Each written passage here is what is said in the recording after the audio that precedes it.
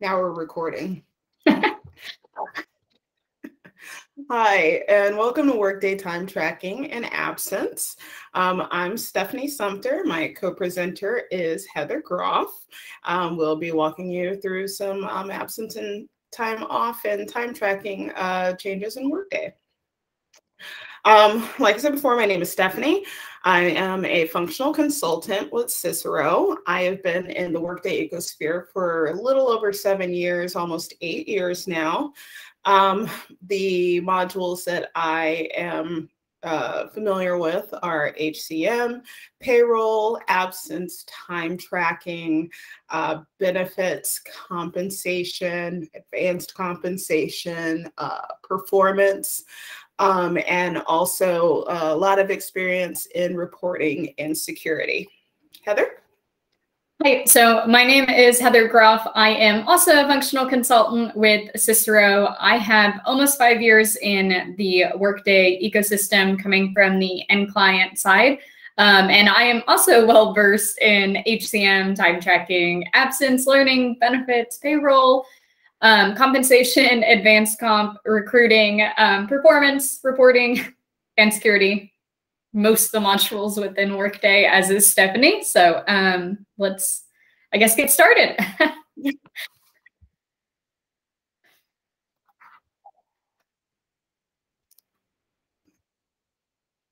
Okay, so we're going to start off with highlighting a couple of these state laws that are changing. Either they started changing last year, went into full effect this year, or they started to be adopted this year and in some regard go into full effect next year, 2022. The first one we're looking at is New Mexico. They adopted a law that requires that employees accrue sick leave. I believe they get 1 hour of sick leave for every 30 hours worked. This goes in full effect on July 1st of next year. Colorado adopted a similar plan. It's the Healthy Families and Workplaces Law. All employers must offer paid sick leave, and that goes into full effect on January 1st of next year. In Connecticut, the paid family medical leave law, qualifying employees can use up to 12 weeks of paid leave in a 12-month rolling period. This goes into effect on January 1st of next year. And on all of these laws, please absolutely please touch base with or look up these laws specific to the states, cities, counties, whatever it may be, and make sure that you touch base with your HR group. Make sure that everybody is on board and on the same page as far as what these regulations entail and what system updates are needed. Additionally, we also have a new state law in Maine where they've enacted a law where everybody must earn paid leave. This isn't just sick, but this is also technically vacation time. It's paid time off. This law went into effect on January 1st, 2021, and I believe it goes into full standard effect, I believe, January 1st of next year. And then New York State, they enacted a law, the New York Sick and Safe Leave.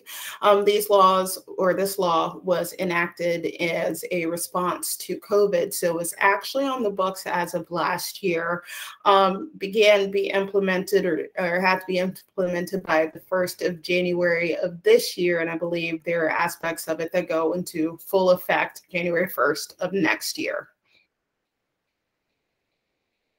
All right, so there's some items that you're going to want to run through before you decide if these new plans are going to be set up as a time off plan or a leave setup. So you need to be asking yourself some questions in reference to the setup. So just to know, your time off for absences, that's a short duration, right? Usually when you're taking vacation or sick time, it's no more than, a week or two at a time, and then they're returning. Whereas the leave can be an extended time, right? It can be 12 weeks, it can be 16 weeks, and it's kind of an estimated return date. It's not necessarily they're returning on September 15th. They're expected to return September 15th, but something could delay that. So your time off, it's also going to leave your worker's status as active, whereas the leave time rate is going to turn them to leave of absence. So if you're wanting them to display on reporting a certain way, you're going to want to take that into consideration. The other thing is time off plans, they can accrue their balances, whereas a leave of absence, accruals aren't necessarily necessary. They're kind of entitled to this. So like parental leave, right? That's set up as a leave time. Usually, they have to meet your company's requirements, which could be, 6 months of continuous service or 12 months, but they're not actually accruing that time off. So time off, again, when they return to work, they don't need their manager's approval to return. Usually the manager approves for them to go off on time off, but not necessarily to return. But a leave of absence, usually somebody, whether it's manager, an HR partner, somebody has to approve them to return. Again, something like workers' comp, your workers' comp administrator has to make sure that all paperwork is turned in, so they have to approve that return. So your time off plans, again, you're also allowing them to accrue balances for a specified period. And that period schedule is usually used in conjunction with your payroll. So, and then the leave of absence, your balance period can be rolling forwards or backwards from the effective date of the leave or the first day of the leave. So those are all things you want to take into consideration before you actually decide, okay, is this a time off setup or is it going to be a leave setup? All right. The other thing you want to just run through your setup considerations. So when it comes to time off plan changes, right, some of the things you want to think through or you want to consider before you start to set up this is, can you just add an additional accrual or eligibility rules to a current plan? So Stephanie talked about that New Mexico state law. That one is very similar to some states that already exist. So something like Washington, if you're already in the state of Washington, chances are you already have a similar plan set up. So can you just add an additional accrual or add an additional eligibility onto that plan instead of setting up a whole new one? So same thing, does another state already have the same setup? Same thing that we just talked about. Can you just edit a plan that already is set up to account for this new law that's been enacted? So you also want to think through, does a new plan need to be set up a certain way to appear on the payslip? So specifically, California has laws on how certain time off plans or how things just appear on the employee's payslip in general. So you're wanting to make sure you run this by your legal team, as Stephanie said, or your HR team, and make sure that you're hitting all those all those fine details on exactly what needs to be considered. So again, do you need to set up a new earning code, right? Does the state law say that it has to appear this way on the payslip? So does that require a new earning setup? Does it include, or do you have to edit that payslip in some way? Do you need to adjust your time tracking bucket? So, your time tracking buckets at the top of your screen that say how much regular hours someone worked, overtime, time off. Do you need to adjust those buckets to include this new plan? And then how are you going to handle somebody moving in and out of the plan for eligibility, right? They transfer into the state, they transfer out of the state. When are you giving and taking those balances? Are you letting them roll it over for a certain period of time? You need to figure that all out internally before you actually set up the plan. And then again, do you use Workday Assistant? If you do, just remember that any position time off plans that you use cannot use Workday Assistant.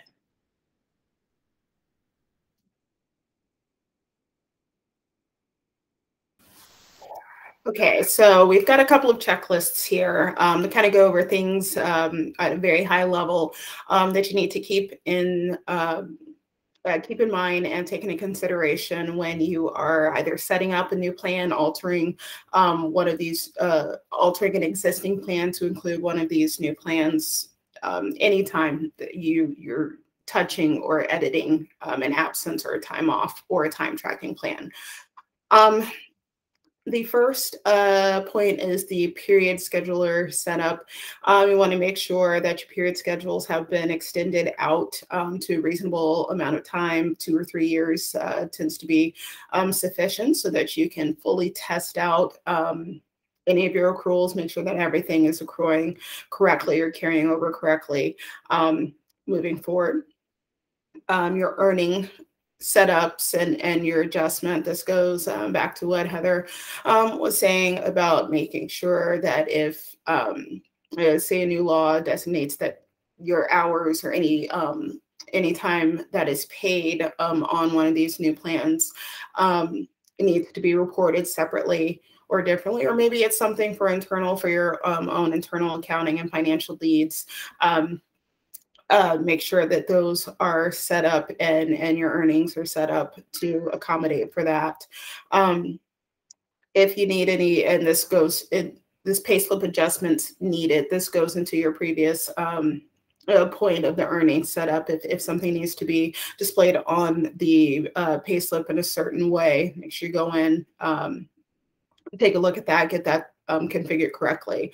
Your time tracking buckets adjusted. So this goes into what type of time, how many hours worked, or which hours worked actually feed into your time off, your new time off calculations.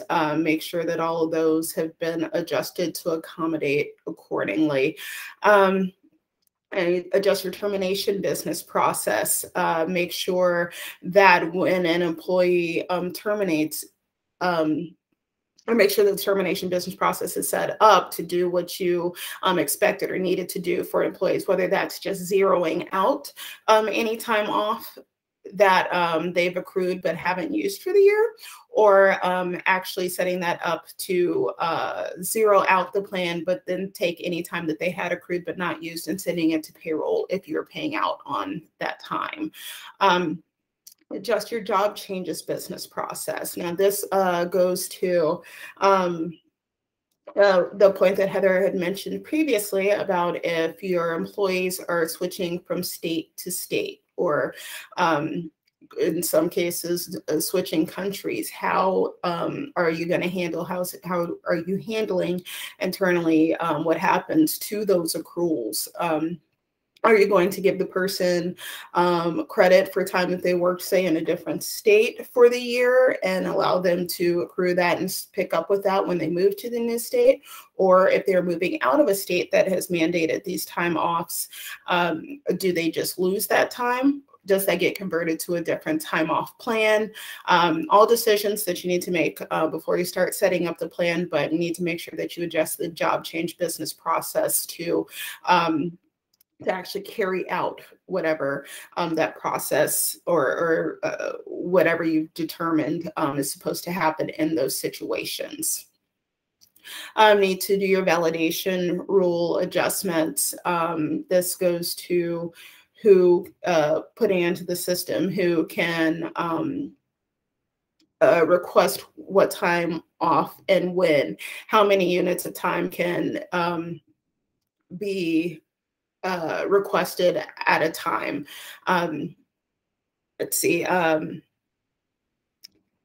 Are you allowing the employee to request negative time? Say they haven't accrued the time quite yet. Are you going to allow them to go into the negative? These can all be changed under the validation rules. You need to review and update your help text for the screens on what your employees use to actually request the time. Make sure that that's updated. Make sure that there are any specifications. Perhaps, they're supposed to use this new time off as opposed to a previous or a time off that they're already eligible for. Perhaps it makes good sense to write in rules to actually clarify that for the employee in Workday. Communication to your employees and your managers that are impacted. This kind of goes to the help text, but this is also if you're rolling out a new plan that affects a large swath of employees, or actually any employees or managers. You want to be very clear on what the expectations are, when they can and cannot use certain time off, how they actually accrue this time off, and you need to make sure that that is communicated clearly and clearly, concisely, and in a very timely manner with your employees and your managers. Reporting adjustments to include additional plan. Any reports that you have out there that touch on either time off plans or liabilities or anything of that sort, you want to make sure that if you create a new plan or a new accrual, if the report references an accrual specifically, make sure that those reports have been updated so that they will actually pull in the values of anything that's been accrued or the employee is eligible for on the new plan. And then finally, in a lot of cases, most importantly, you want to make sure that any third-party integrations that you have either into or out of into Workday or out from Workday, whether it's payroll, time tracking system, scheduler, make sure that those are updated on their side to receive the new plan and any new values or time off types that may be coming over. This can typically take a while, so you want to make sure that you're working with your making with your third-party vendor contacts as soon as you get everything figured out, so that they make sure that they can do their due diligence and testing on their side and make sure that everything is working correctly in Workday as well.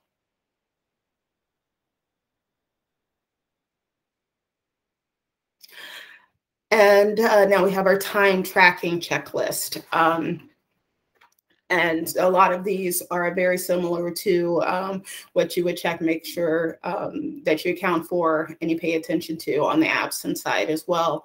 Your earnings setup and adjustments. This is, going back, just making sure that anytime that is being taken or being clocked in or out is being correctly calculated and is actually pulling into your pay slips the way that they should be, and accurately. Just take the time and do it up front. It's a lot easier than having to do it with retro on the back end. Pay slip adjustments needed. This also is making sure that any time that is paid that is being logged is being accurately reported on your pay slip. Time tracking buckets adjusted. This goes to on your time tracking card, on your time tracking calendar, making sure that your buckets that are represented at the top of the screen, whether it's regular time, overtime, double time, whatever the different calculations are actually calculating correctly, and making sure that they are showing up correctly for your employees so that they are able to validate the hours that they are working.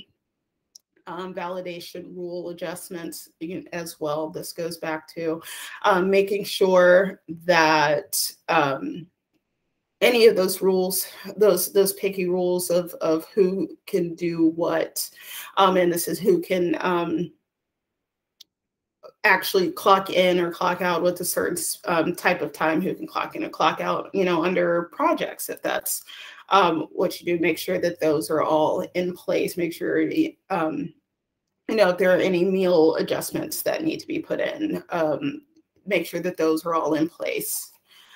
Communication to employees and managers impacted. Once again, you want to make sure that everybody is aware of what the standard is, what the new standard is, what the new calculations are, what to look for on their part, and also just let them know, open communication. This is what has changed. This is how it affects you. This is when it's being put into place. Reporting adjustments. Once again, if you're going to create a new time type in Workday, make sure that any reports that you have that are reporting on hours or time or anything like that are pulling in the new time type. They're pulling it in accurately and making sure that it's being reported on in the way that it's supposed to. You need to adjust and edit your alerts. So somebody's clocking in or out, and say they have to be clocked in for a specific period of time, or say they are over a limit for amount of time that they're allowed to work in a certain period, 24, 48 hours, whatever that may be. Make sure that those are adjusted so that your employers are being duly warned when they are reaching a threshold that might affect them being able to pay or them being able to work because they are over legal limit or approaching legal limit of hours. You want to review your time tracking rules and adjust as needed, and your time tracking eligibility rules. This is who can clock in under what time type. You can absolutely control that in Workday. I know a lot of companies say they have a large union contingency. Maybe they clock in under a specific time type that regular hourly employees don't. Make sure that you have your eligibility rules set up so that only those specific union employees are allowed to use said time type, and conversely make sure that your other salary employees are not able to clock in under that time type. You want to review your rounding rules as well. And this probably came into play a lot with setting up California time tracking a couple of years ago when they rolled out their new requirements for being able to skip meals and credit that employees are granted for that. And make sure that if, say, 15 minutes is threshold, you want to make sure that if you're going to be generous about it and round up, that's good, but make sure you're not rounding down in a way that is either, not in compliance with the law, or that is going to negatively affect your employees. Ensure you think through retro implications and how you will handle. This really comes into play a lot if for some reason you're kind of a little bit behind the 8 ball and you're a little bit lagging in setting up your time tracking or your new time tracking rules, and you have to go back retroactively and adjust times that were in the system previously, recalculate them so that the time that was worked now falls into the correct bucket. You need to make sure that you thoroughly test that. We all know retro can be a bear if not respected. So make sure that you think through all the retro implications. Make sure you run your scenarios in Sandbox or implementation tenant preview, whichever it may be, so that you can gauge exactly what the potential fallout is and come up with a strategy for how you're going to handle any of those issues. And once again, our third-party integrations impact. This is really big with time track. It's really big with anything within Workday, but within time tracking, make sure that you are in close contact with your third-party vendors and those the contacts over there, and make sure you do it in a timely manner. Make sure that they're on the same page, that they know what the timeline is, and give them enough time to do their due diligence on their side to make sure that their system is set up to accept any new time tracking time types. Make sure that that their side is putting the correct time into the correct buckets if it's doing it, or if their system is handling that sort of thing. Any of that, you want to make sure that you give plenty of time to stay in contact with your third-party vendors.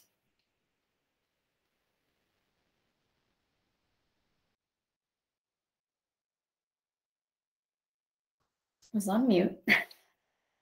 So we did want to give you guys an example of how to set up one of these new plans. So we chose New Mexico, which is accrue 1 hour for every 30 hours worked. So the first thing, if you don't have anything already set up like this, these are the steps you would take. If you already have a plan set up similarly, again, you're going to want to evaluate that and see if you can just edit to include New Mexico or add an additional accrual or something like that. First thing you're going to want to do is create an accrual called your total hours worked. And then you're going to want to pick your time calc tags that are actually physically hours work. So, right, your regular time, your overtime, double time, those kinds of things. You don't want to include your time off plans like your vacation, your sick, because those aren't physically hours worked. And so they don't have to accrue that 1 hour on that. And then you're going to want to create a time off plan that is your total hours worked top. This tracks your balance. And so you're never going to want to show that balance. And you're going to use your accrual for your total hours worked on there, as well as set your eligibility. Third step you're going to do is create your arithmetic calc, which is going to take that 1 hour of paid sick by every 30 hours worked. So this is where you're going to create your operand total hours worked divided by 30, right? If this was for a state that said it's actually by 40 hours, obviously you're not going to use 30, you're going to use 40 in that case, but you're still going to take your total hours work, divide by that number. Next thing you're going to do is go ahead and create your additional accrual, which is actually your paid sick accrual now, which is going to take into account your arithmetic calc of the 1 hour per 30 hours worked. Last thing you're going to do is create that time off plan, which is your paid sick accrual. Or your paid sick time off plan, and use the accrual, the paid sick accrual. So the number one thing to remember with absence plans is you generally start small and you grow on it from there. It's kind of the opposite of everything else you do in Workday, where you start big and get smaller. Time off plans, you're going to start small and get big. All right. The last thing we just wanted to cover really quick has nothing to do with the new state laws, but with the release being so new and fresh, we wanted to just do some call outs and make sure that you guys knew that these things got rolled out with time tracking and absence. So the first thing is the consecutive check-ins. You can now configure warning messages for workers who clock in multiple times in a short period of time, or the opposite, right? Clock out in a short period of time. This was a huge deal where I came from, because we would have employees who would be chatting with the person next to them. They couldn't remember that they had just clicked clock in or check in, and so they'd click again, sometimes the third time, and then we have 3 check-ins minutes apart from each other. So you can now create a warning message that says, hey, you just clocked in 5 minutes ago. Did you mean to clock out? Or, you know, whatever that warning message should be. Your workers can also now quickly edit, delete, and correct time using the Workday Assistant chat box. So good thing to know. They can just click the little chat bot and they can help them do those requests. The last thing is your scheduled deviation. So you can tag hours differently based on if the time was worked before, after scheduled hours, or I know this comes into play with the healthcare field with nurses and shift differential and all that stuff. So you can use your scheduled deviation calculations for all that. Great thing to look into if you have any kind of shift differential, or, you know, in the trucking industry, you can only work so many hours before things have to happen. So great thing to take a look at. So just wanted to call those out really quickly. Besides that, I think we are done. I'm ready to take some Q&As.